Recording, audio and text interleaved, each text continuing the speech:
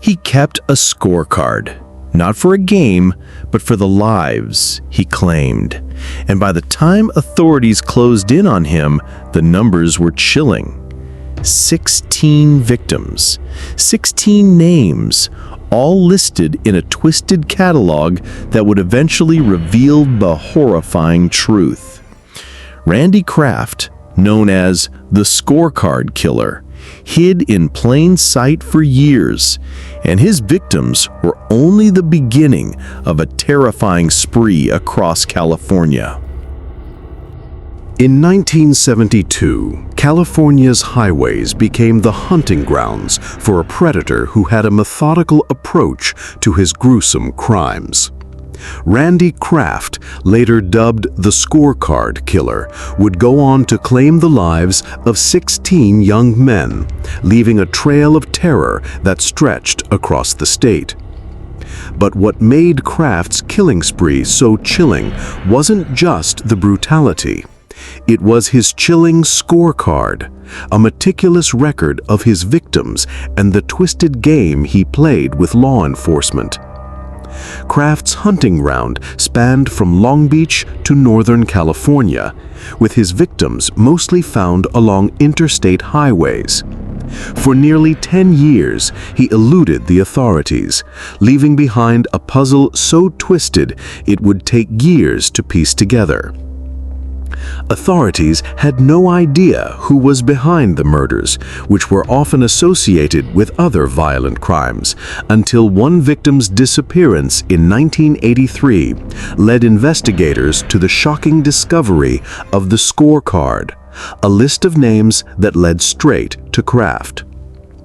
Kraft was a man who blended in, a seemingly ordinary man working as an analyst for an aerospace company, never suspecting he was the face behind one of the most horrifying killing sprees in California's history.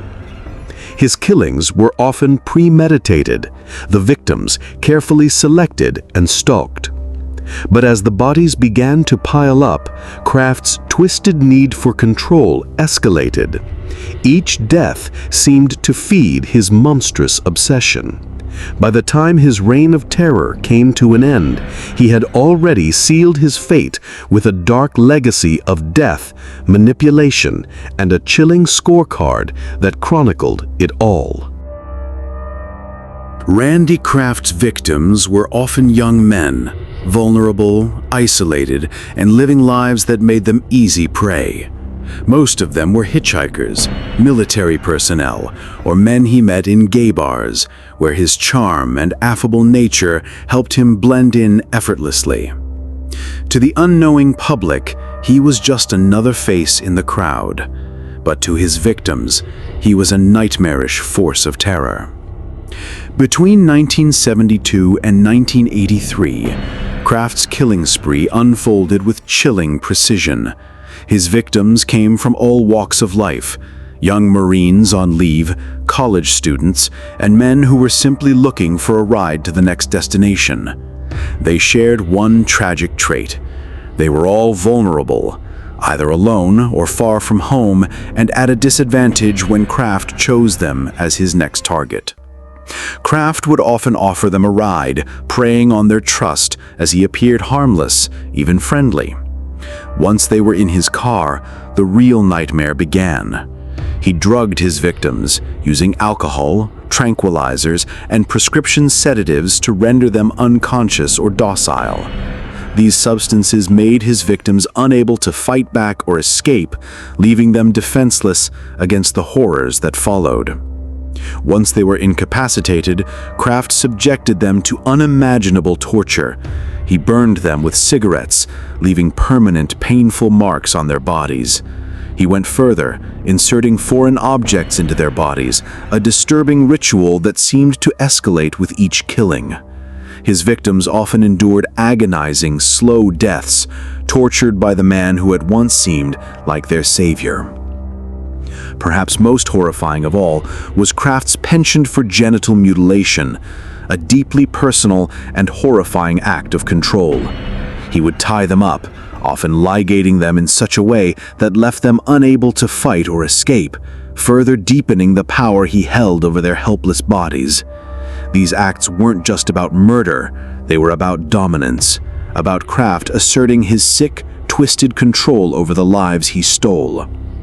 The bodies of these men were often discarded in remote areas, their lives snuffed out without anyone knowing who was behind the killings. Many of them were found along highways, their deaths often deemed accidents or suicides, with authorities unable to connect the dots between the victims. But as the number of bodies began to mount, a chilling pattern started to emerge, one that would eventually reveal the true nature of the monster lurking within Randy Kraft. The victims' stories are lost in the shadows, forgotten by most, but their deaths paved the way for one of the most extensive investigations in California's history. The victims were not just names on a list, they were people with dreams, families, and futures that would never come to be. As the investigation unfolded, their lives were re-examined, their identities remembered, and their deaths woven into the dark tapestry of a serial killer's reign of terror. Some believed they were dealing with a string of random, disconnected murders. Others thought it could be the work of a lone wolf serial killer. The breakthrough came in May of 1983. A victim, identified as a young man named Stephen, had been reported missing. His case was just another addition to the long list of unsolved disappearances until investigators began to find links between Stephen's case and others. His body was discovered in a field near a California freeway, and what the police found next would send shockwaves through the investigation. Inside Stephen's pants pocket was a handwritten list, an odd, seemingly random collection of names and cryptic notations. It wasn't much, but it was enough to set off alarm bells for the investigators. They sent the document to the lab for analysis, and soon they realized that the list was far from random. It seemed to be a scorecard of sorts, with names, locations, dates, and cryptic descriptions that matched the patterns of the previous murders. This scorecard, as it would later be called, provided a chilling insight into the mind of the killer. Kraft had been keeping meticulous records of his victims, their names, where he found them, what he did to them, and even how he disposed of their bodies. What seemed like an incoherent list turned out to be a roadmap of his killing spree, one that had been unfolding for over a decade. The chilling revelation sent shockwaves through law enforcement. They now had proof that they were dealing with a serial killer. But this was no ordinary killer. This was a man who had been playing a deadly game with the authorities, keeping track of his victims like a twisted scorecard, daring them to figure him out. As investigators dug deeper into the records found in Stephen's pocket, they found references to dozens of other men who had gone missing, many of whom were never reported or even identified. It became clear that Kraft had been operating for years under the radar, and now, with his scorecard in hand, the police were finally closing in on the true horror of what he had done. The discovery of the scorecard changed everything. No longer were the murders merely random disappearances. They were part of a dark, twisted puzzle that only Randy Kraft could answer.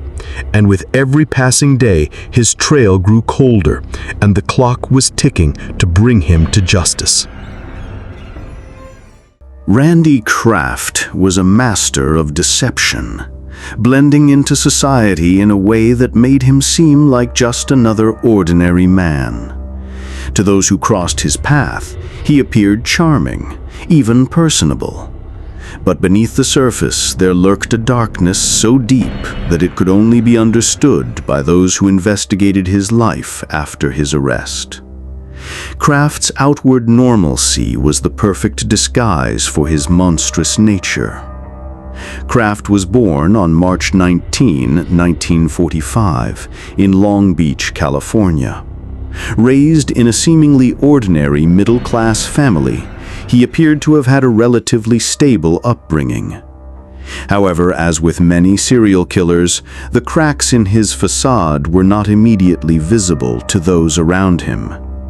Early accounts of his life paint a picture of a man who was academically gifted but emotionally distant. He was an intelligent child who often kept to himself, showing a cold indifference to the world around him. Though his family was not overtly dysfunctional, it is believed that Kraft's relationship with his parents was strained, particularly with his father, who was described as emotionally distant and critical. It was clear from a young age that Kraft felt out of place, unable to forge the connections that most people take for granted. This isolation may have fueled the darkness within him, an unaddressed need for control and dominance that would only manifest later in his life. As Kraft entered adulthood, his academic success and seemingly normal job working as a data analyst at an aerospace company helped him blend into society. He was well-educated, well-spoken, and managed to maintain an appearance of normalcy, traits that helped him avoid suspicion for years. He was an unremarkable man in the eyes of those who knew him, a person who seemed to be just another cog in the machine of daily life. But Kraft's life outside of work was anything but normal. By day, he was a dedicated professional, but by night, he became something else entirely. His real self came alive in the shadows. He began frequenting gay bars, where he would use his charm to lure men into his world. It was there that he found many of his victims, often picking up those who were alone and vulnerable. His friendly demeanor and willingness to buy drinks allowed him to gain the trust of strangers, leading them into a deadly game he had long been playing. What made Kraft particularly chilling was his ability to mask his true intentions. He didn't appear as a typical predator. He was calm, composed, and even charismatic when necessary. This charm made him an unlikely suspect in the eyes of his victims. He blended in so seamlessly that no one would have ever guessed that he was living a double life, one that was built on cruelty and bloodshed. But behind this mask of normalcy was a deep-seated need to exert control. His violent urges, which he had suppressed for years, found an outlet in his systematic killings. Each murder was an opportunity to assert his dominance, to play out his twisted fantasies with unrelenting cruelty. His victims were not just random, they were carefully chosen, and their suffering was meticulously orchestrated. Kraft's childhood and early adulthood provided the perfect breeding ground for his monstrous tendencies. His lack of meaningful relationships, combined with his ability to lead a double life, allowed him to carry out his killings without drawing attention. He was able to remain in plain sight for years, continuing his killing spree with an unsettling ease, all while maintaining the guise of an ordinary, law-abiding citizen. It was this duality, Kraft the seemingly harmless man, and Kraft the sadistic killer, that made him so dangerous. He lived in a world where he wore a mask, hiding his true self from those around him while methodically carrying out his crimes. His chilling ability to remain undetected for so long is what allowed his reign of terror to continue unchecked for more than a decade. And it was only a matter of time before his facade would start to crack. Randy Kraft's killings were methodical, each one a reflection of his desire to control and inflict suffering. His modus operandi, which evolved over time, was as chilling as it was calculated. Kraft's victims, mostly young men, were often targeted for their vulnerability, whether they were hitchhiking, visiting gay bars, or serving in the military. Once he had selected his prey, the real horror began. Kraft's method of subduing his victims was often the same. He drugged them. He had a variety of means to ensure that his victims would be rendered unconscious or incapacitated, including alcohol, tranquilizers, and prescription sedatives. These drugs dulled the victims' senses and robbed them of the ability to fight back. They were at his mercy, helpless, terrified, and completely under his control. Once his victims were rendered docile, Kraft would take them to a secluded location, often by the side of a freeway, where he would begin the sadistic ritual that defined his crimes. His killing methods were torturous, showing a deep-seated desire to cause pain and suffering. Many victims were burned with cigarettes, painful, humiliating marks that would last long after their deaths. Kraft seemed to take great pleasure in these small, personal cruelties, each one a marker of his dominance over his victims. The acts of torture he subjected his victims to were horrendous and varied. Foreign objects were inserted into their bodies, further dehumanizing them in the eyes of their killer. This brutal form of control was meant to degrade his victims and assert his power. Each act of violence was an escalation, a reflection of Kraft's growing confidence in his ability to remain undetected. Perhaps the most disturbing part of his killings was the genital mutilation. Kraft's choice to mutilate his victims was a clear sign of his need for control over their bodies, a perverse act of power that made each murder even more horrifying. This ritualized form of violence was not only about murder, it was about dehumanizing and asserting dominance over his victims in the most intimate way possible. Kraft didn't just kill, he also engaged in the practice of ligating his victims. After torturing and ultimately killing them, he would tie them up, often using tight knots or ropes, leaving them bound in unnatural positions. This act of restraint served as a final marker of control, ensuring that his victims would never be able to escape. His use of ligatures suggested that these killings were not crimes of passion, but carefully executed acts meant to send a message about power, possession, and domination. With each murder, Kraft grew more confident, more meticulous in his planning. His killings became a routine, an almost ritualistic practice that he carried out with chilling precision. He seemed to take pleasure in the predictability of his actions. Each victim was simply another piece of his twisted game. The escalation in his methods, burns, mutilations, and ligation, reflected a man who had no remorse, no empathy, and no real fear of getting caught. The bodies of his victims were often discarded along remote highways, left to be discovered by passers-by. Their deaths seemed random at first, isolated incidents that raised little suspicion. But over time, the pattern began to emerge. Each victim had been tortured, mutilated, and left in a way that suggested they were not just anonymous casualties.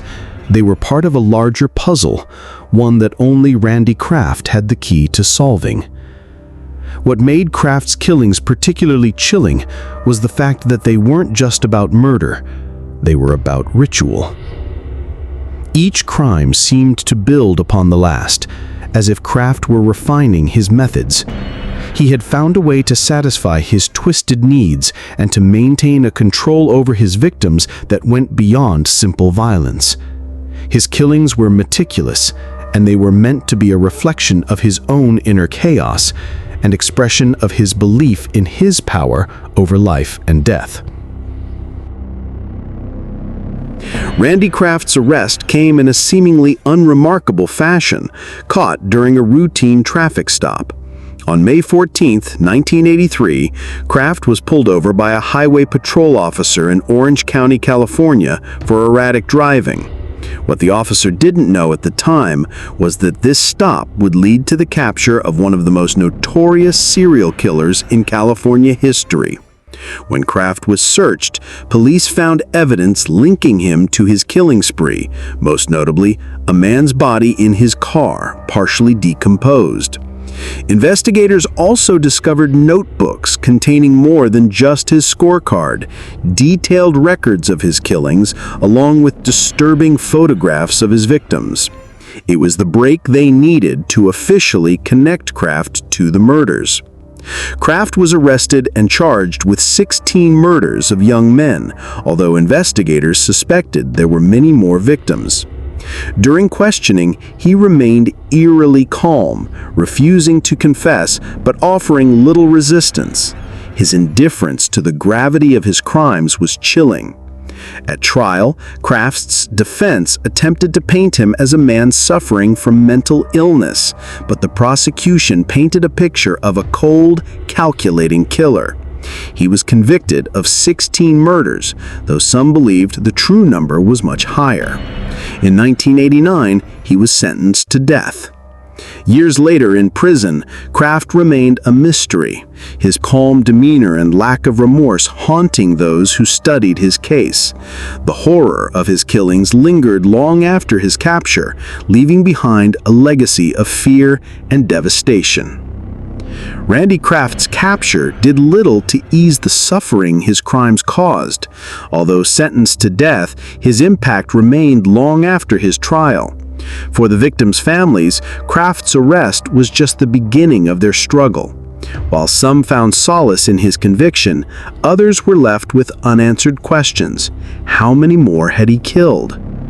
Investigators continued to review old cases, trying to uncover the full extent of his reign of terror. Kraft's scorecard, though chilling, did not account for all his victims, and his meticulous methods made it difficult to determine the true body count. On death row, Kraft's execution has yet to be taken place. His legacy, one of calculated cruelty and manipulation, still echoes in California. Though imprisoned, his actions continued to haunt the families, law enforcement, and the public, leaving a dark mark on history. If you found this story chilling, subscribe to our channel for more gripping true crime documentaries every week. Don't miss out on the shocking stories that unravel the darkest corners of the human psyche. Hit the bell icon to stay updated on our latest releases.